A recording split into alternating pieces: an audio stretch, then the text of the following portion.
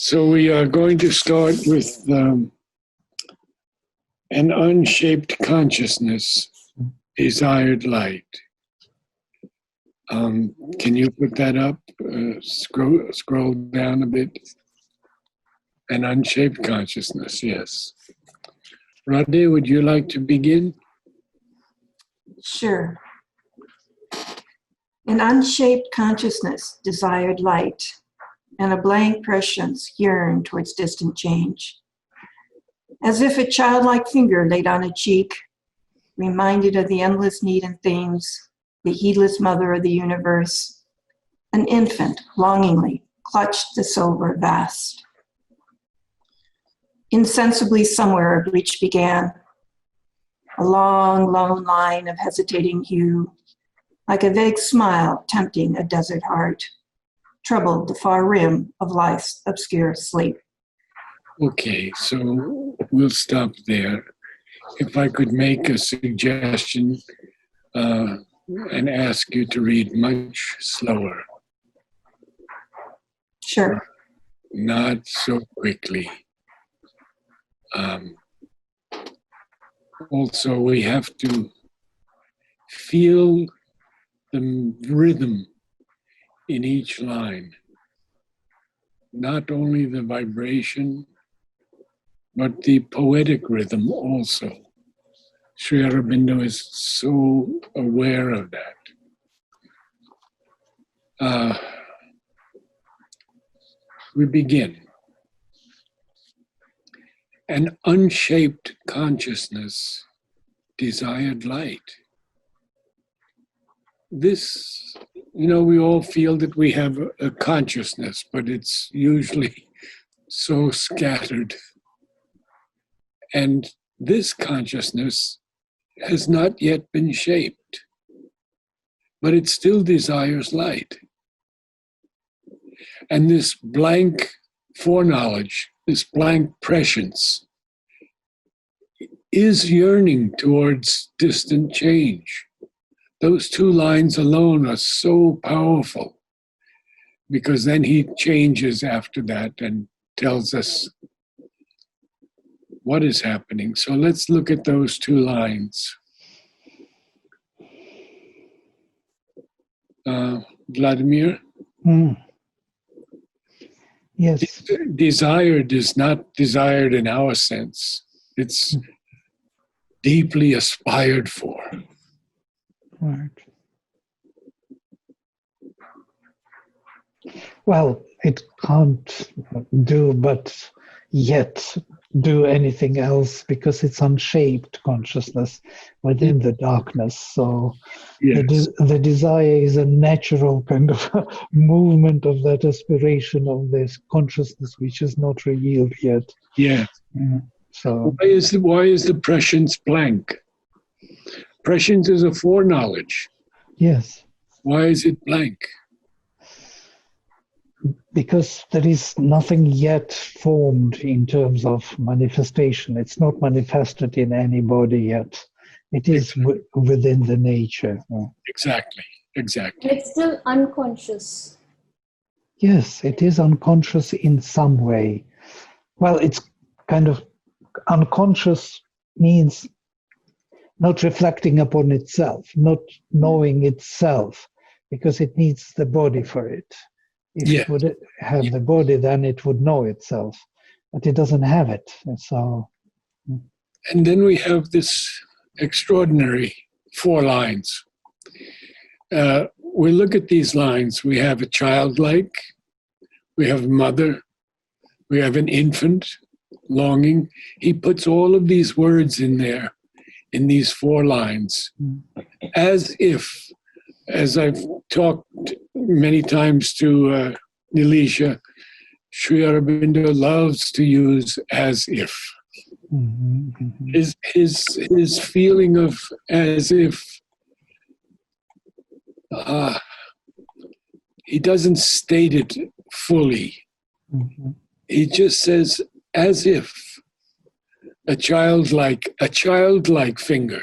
Not a children's finger, a child's finger, a childlike finger, laid on a cheek, that reminds the mother of the universe, who at this point is heedless, of the endless need in things. This infant longing, this unshaped longing clutched the somber vast. Oh, the somber vast. So we have to look at that very carefully, these 4 lines, because they are so powerful. Mm. I mean, this is our first glimpse of the mother in Savitri. As if a childlike finger laid on a cheek, reminded of the endless need in things, the heedless mother of the universe. An infant longing clutched the somber vast.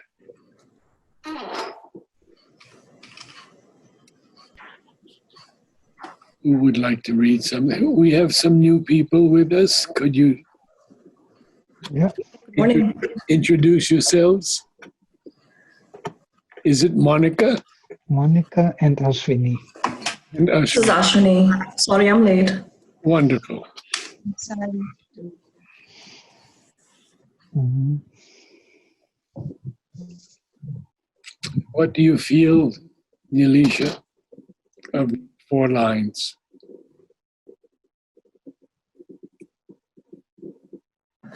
Like when I look at the word infant and childlike, can we say that these words are being implied to the creation? Like the creation is longing for the mother, and the creation is sort of clutching on to the mother of the universe, because the creation is still unmanifest yet. So I don't know, maybe. Oh, it's very good, actually, very good. He's not referring to any personality here. Yeah. The childlike finger, it's an image, as if a childlike finger. An infant longing is not an infant's longing. It's a longing of, like a childlike longing, an infant longing, an undeveloped longing Yes. is clutching this somber vast. And then we will see what happens as a result. But when the finger is laid, I was always curious about this passage. It is laid, the finger, childlike finger laid on a cheek. On whose cheek? On the child's cheek or the mother's cheek? This is... Actually, it would be on the mother's cheek. I also thought it was on the mother's cheek, as a child stretches hand and puts the finger on the mother's cheek. Exactly correct. Exactly correct. And as a result, then we will see what happens next. But it's a marvelous passage of 4 lines, because it is expressing the need of things for the mother of the universe to manifest. And we see as a result that insensibly somewhere a breach began.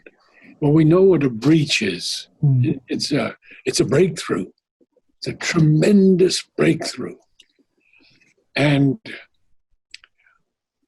then this wonderful line of alliteration, a long, lone line of hesitating hue. And he compares it to a vague smile tempting a desert heart. Troubles this far rim of life's obscure sleep. Wow. So the breach is extremely important here. Insensibly, without any seeming sense, a breach begins. And then we have to try and feel this long, lone line. It's a hue. It's a hesitating hue, sort of, if we could see the sun coming out occasionally behind a cloud, like a vague smile tempting a desert heart, totally empty heart. Mm. And that troubles this far rim of life's obscure sleep. Who else would like to comment? I was just looking through, hesitating you. I was looking for the pictures from Jutta of some of these verses, which also adds quite a bit. This is, I don't know if you can see it, this is that smile or breach on the horizon. Mm-hmm. So it might be really nice. I don't have all of these, I have some, but it would be really lovely if, as we go through these, at least on some of them, we could show Jutta's pictures of these verses, because it brings a whole nother feeling and sense. Yes, there you go, Narad. Woohoo. You see this book? Yes, I do. This is all my correspondence with Jutta. Mm. Oh. And it will take me days and days to get it all scanned and then put into a form that everyone can see. It was an extraordinary relationship of brother and sister.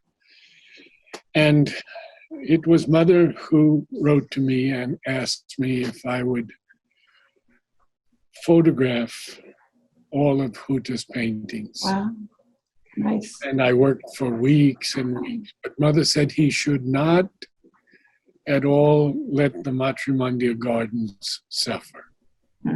So she wrote to me and said, if you could keep an hour every day or a few hours a week, I would be very happy, because I know you will make a success of it. Oh, how that filled my heart. Anyway, yes, it's a good idea to show those photos once in a while.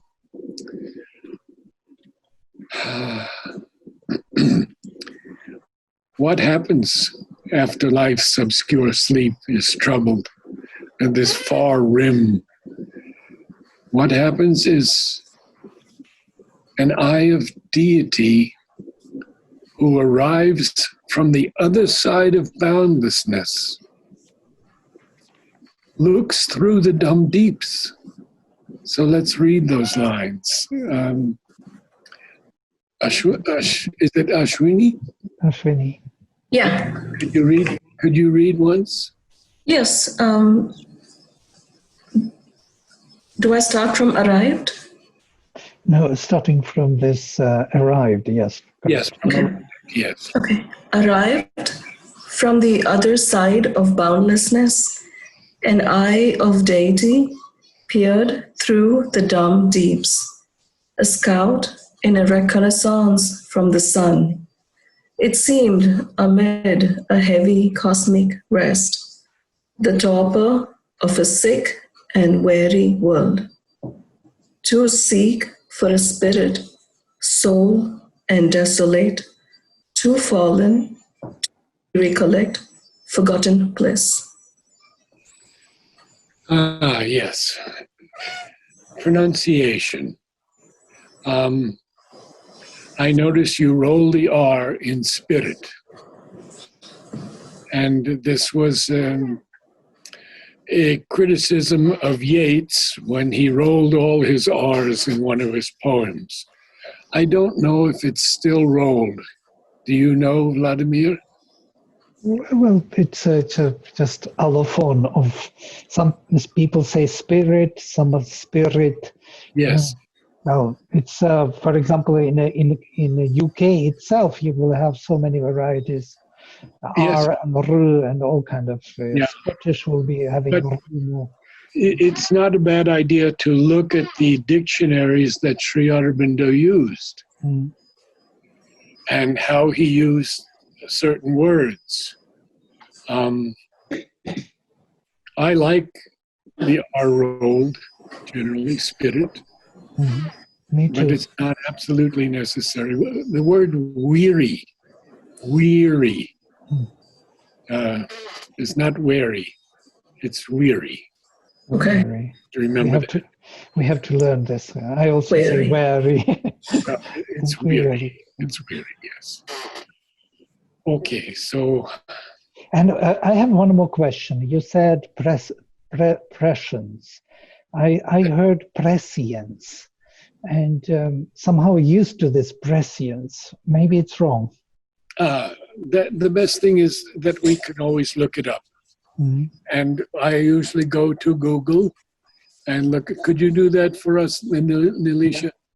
Look up prescience. I've always heard, and a blank prescience yearned towards distant change. So it does beat short long. And a blank prescience yearned toward distant change. It is iambic throughout. Prescience. It says prescience. Prescience. Prescience. The British. I'll have to check. See, that's always our problem between British and American. Yeah, definitely. I'm guilty of American, so. No, I'm not guilty. Just American. Okay, now. I can play it on loud for everyone. So this is the British pronunciation. Prescience. So it is prescience, okay. And this is American. Prescience. No, well then I was British this time, okay. So let's look at this. Okay. So where shall we begin? Arrived from the other side. How is there an other side of boundlessness? See, we cannot understand that with the mind. An other side, boundlessness is boundless. And yet, Sri Aurobindo is telling us that this eye of deity has arrived from the other side of boundlessness, and it looks through the dumb deeps. Dumb is always silent in Savitri. There's no negative sense to dumb ever in Savitri. And this eye of deity is a scout. Now, Ashwini used the French pronunciation, reconnaissance. How did you pronounce it? I said reconnaissance. Reconnaissance. I've heard the mother's audio of reciting the Savitri in these lines, so kind of stuck with me when I said that. Yes, well, I mean, she would naturally use the French pronunciation of such a word. Yeah. And we can beat it, a scout in a reconnaissance from the sun. Perfectly. But it seemed amid a heavy cosmic rest, the torpor of a sick and weary world. What does it seem? It seemed to seek for a spirit, soul and desolate, a spirit that was too fallen to remember forgotten bliss.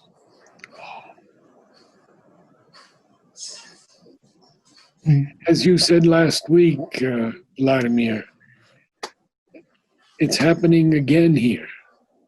It has happened before, and now we have that spirit, that soul and desolate is trying to but it's too fallen even to recollect forgotten bliss. So it was a previous pralaya, and now it's trying again.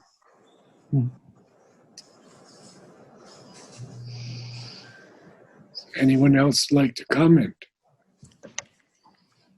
I'm trying to understand why it is seeking for a spirit.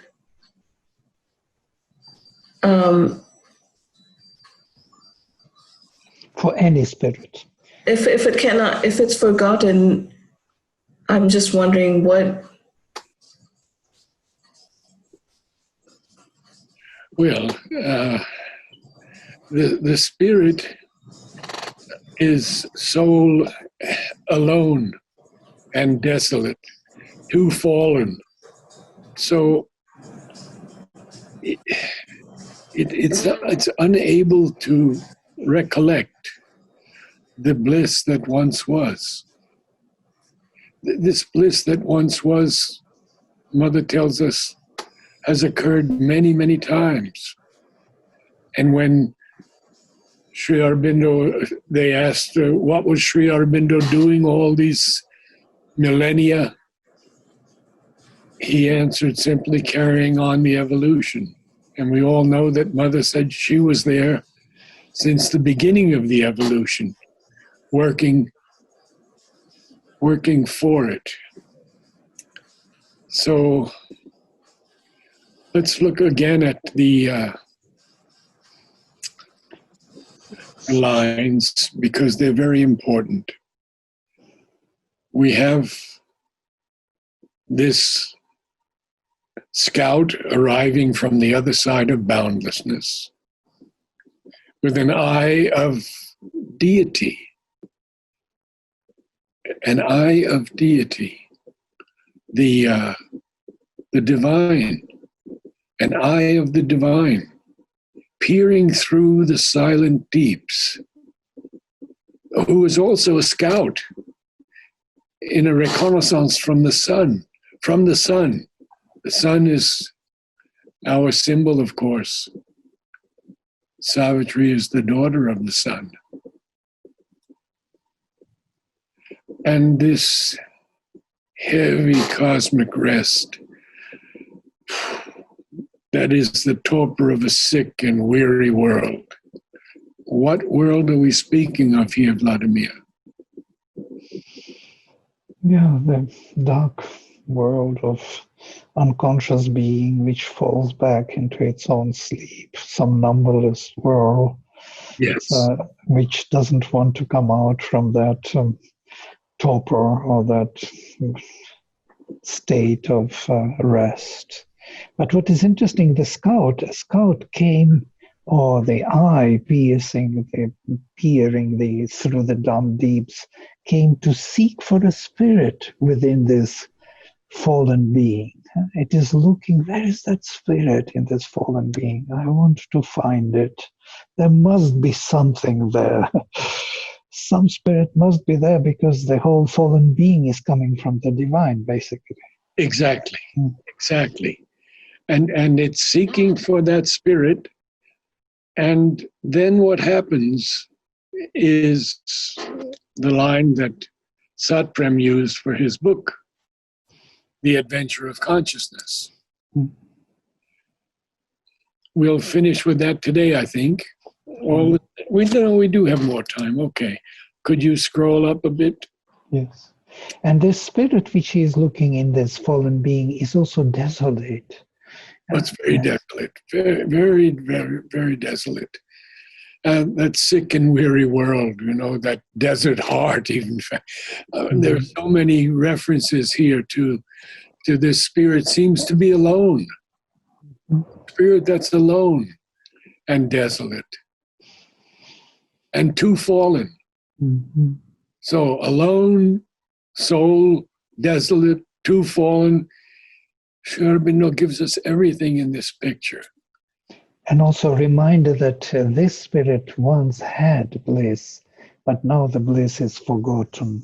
Yes. It has to be reminded by the scout. Yes. intervening in a mindless universe. Its message crept through the reluctant hush, calling the adventure of consciousness and joy, and conquering nature's disillusioned breast, compelled renewed consent to see and feel. We have to understand everything that he has written prior to this also in connection with this. Because here what is happening is that this message that's creeping through this hush, that's reluctant, it doesn't want to manifest. It's a mindless universe, and it intervenes in that. And that intervention is the call of the adventure of consciousness and joy. And it's able to conquer the disillusioned breast of nature and compel again renewed consent to see and feel.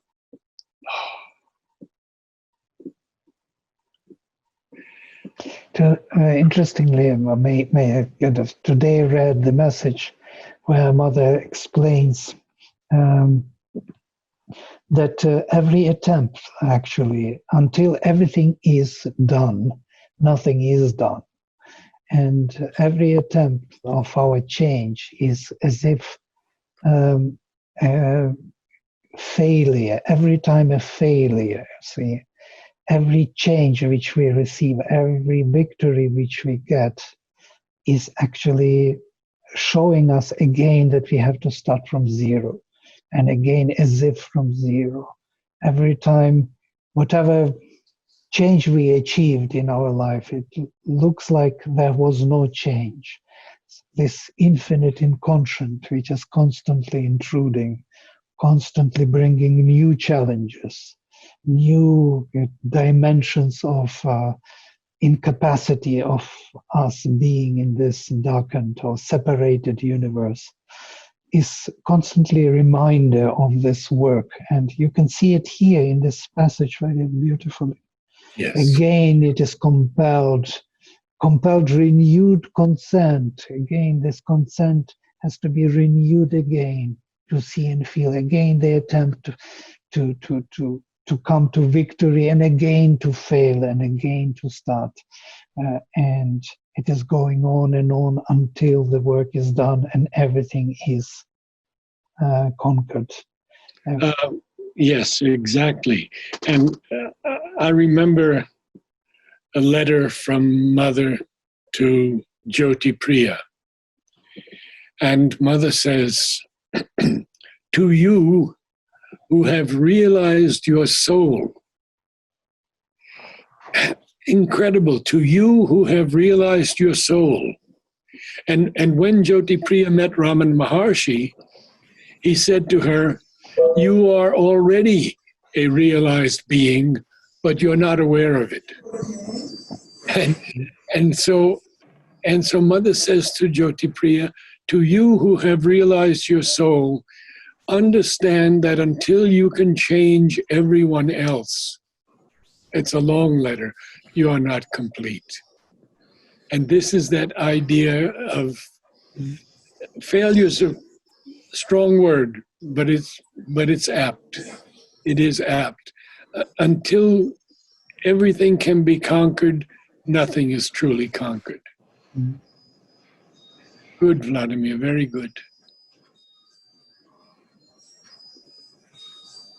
And Satprem's book, Sri Aurobindo, or The Adventure of Consciousness. Mm-hmm. He took it from this line. He forgot about joy. We should have added joy. No, that was one of his difficulties. Okay. Not much joy there. But Mother did say that Sri Aurobindo was behind him as he was writing the adventure of consciousness. And he was, we have, I think, Prema and I are now in the yoga of, we're in the secret knowledge. And we hear there that Sri Aurobindo can feel the life of other things, and their thoughts come into his ken. Their feelings come into his ken. He's already feeling everything. And here, this renewed consent is compelled in the very beginning. Don't forget this. This is only Book 1, Canto 1, page 3. We are moving very slowly through this, and it's the correct way, I feel, to move. So, intervening in a universe that is without a mind, its message crept through this hush that is so reluctant. And in the message, it calls the adventure of consciousness and joy. As a result, it conquers nature's disillusioned breast and compels renewed consent to see and feel. And we have to remember what came previously, and then we have to prepare ourselves for what will come next. What is interesting, can I say a word for this? Yes, surely.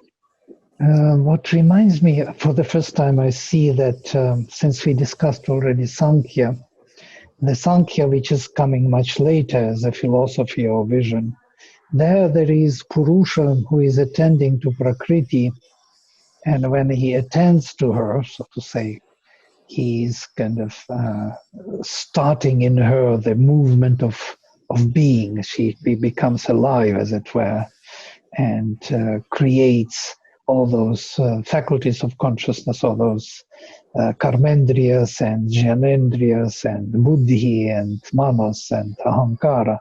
Everything is becoming alive in her, but only when he comes and attends to her, when he witnesses her, when he looks at her, as it were. So this his look, this eye, this reconnaissance, which is piercing through the other shore or the other side of boundlessness, coming into this sleeping something power, and wakes her up and compels her again to this renewed consent to consciousness, to his consciousness, because it is his attention. He paid attention to her, and she got that. She got pierced by his attention and was compelled to see and feel again. And so this is the mother, the heedless mother of the universe that we just had a few lines above. It's very good, Vladimir, very good. And the eye of deity is the Purusha. Yes, yes. Okay.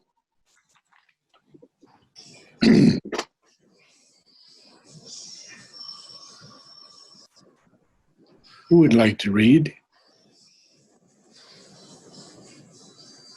Oh, I can read. Good. A thought was sown in the unsounded void.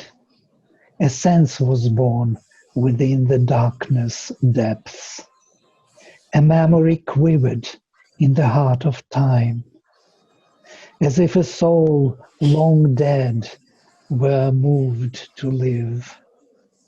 But the oblivion that succeeds the fall had blotted the crowded tablets of the past. and all that was destroyed must be rebuilt, and old experience labored out once more. So we have 8 lines here, 8 lines, all tied together.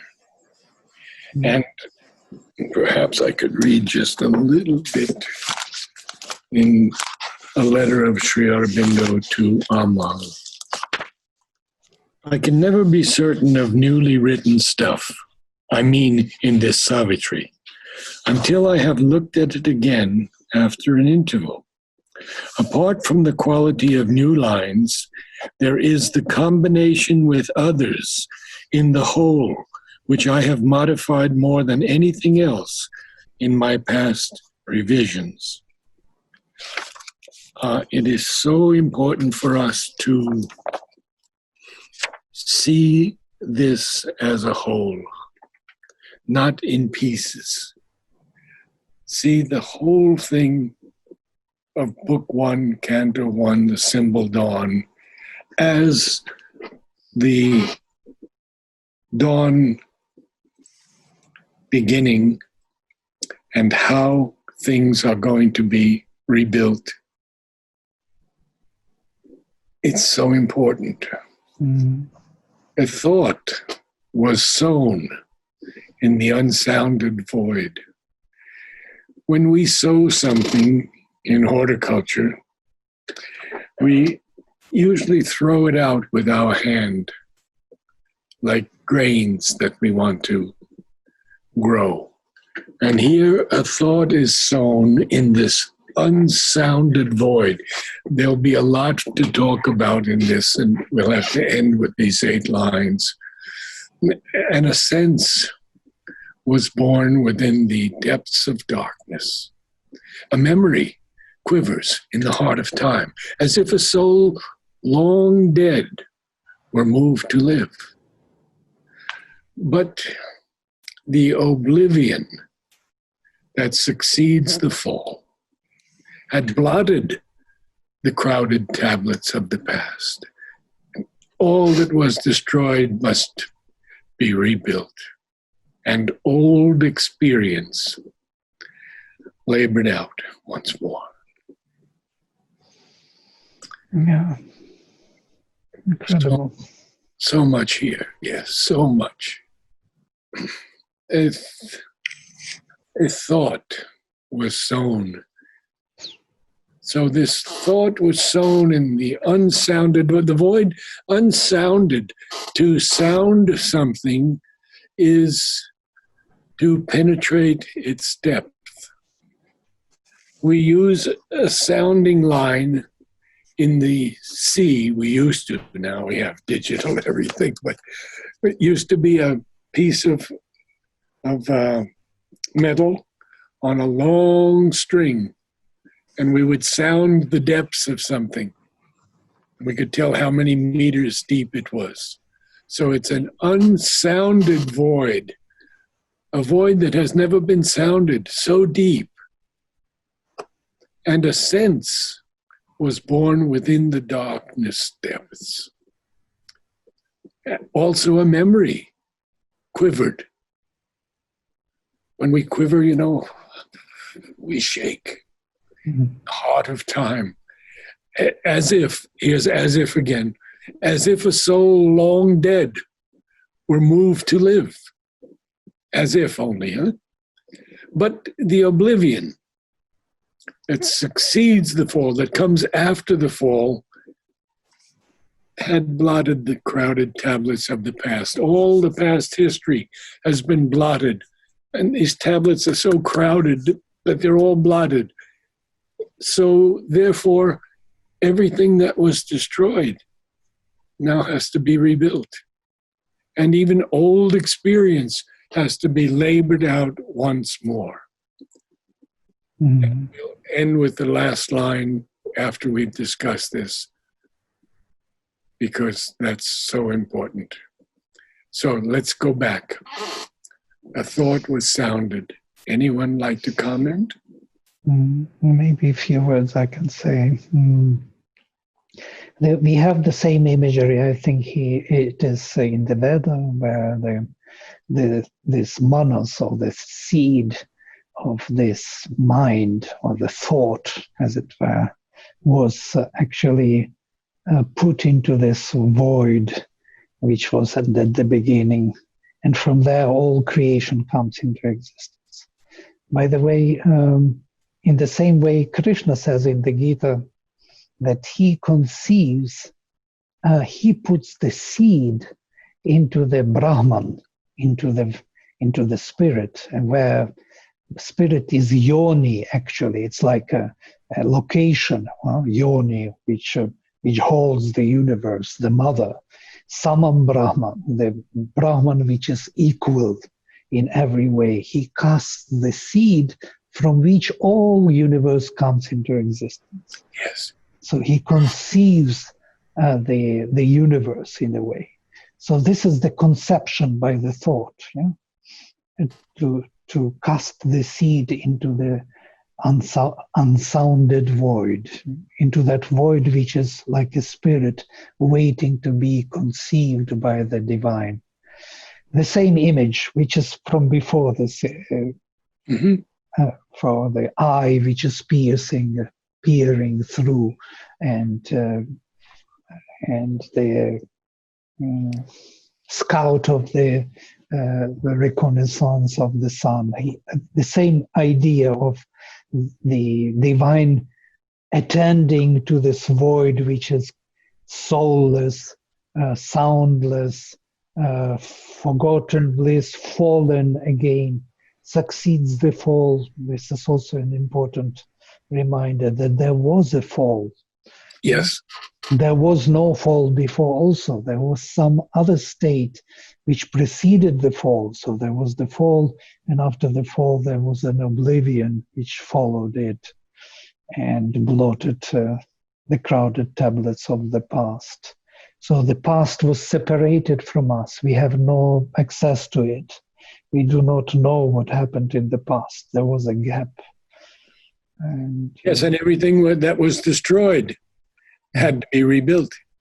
We had to start from the beginning, as it were, again. So all of that we've read about Atlantis, Lemur, the Incas, all of that knowledge we don't have anymore. Mm-hmm. What were these huge airfields that the Incas had on top of the mountains? Mm-hmm. We don't know what they were used for. So all of this information that was, all of this, and the evolution of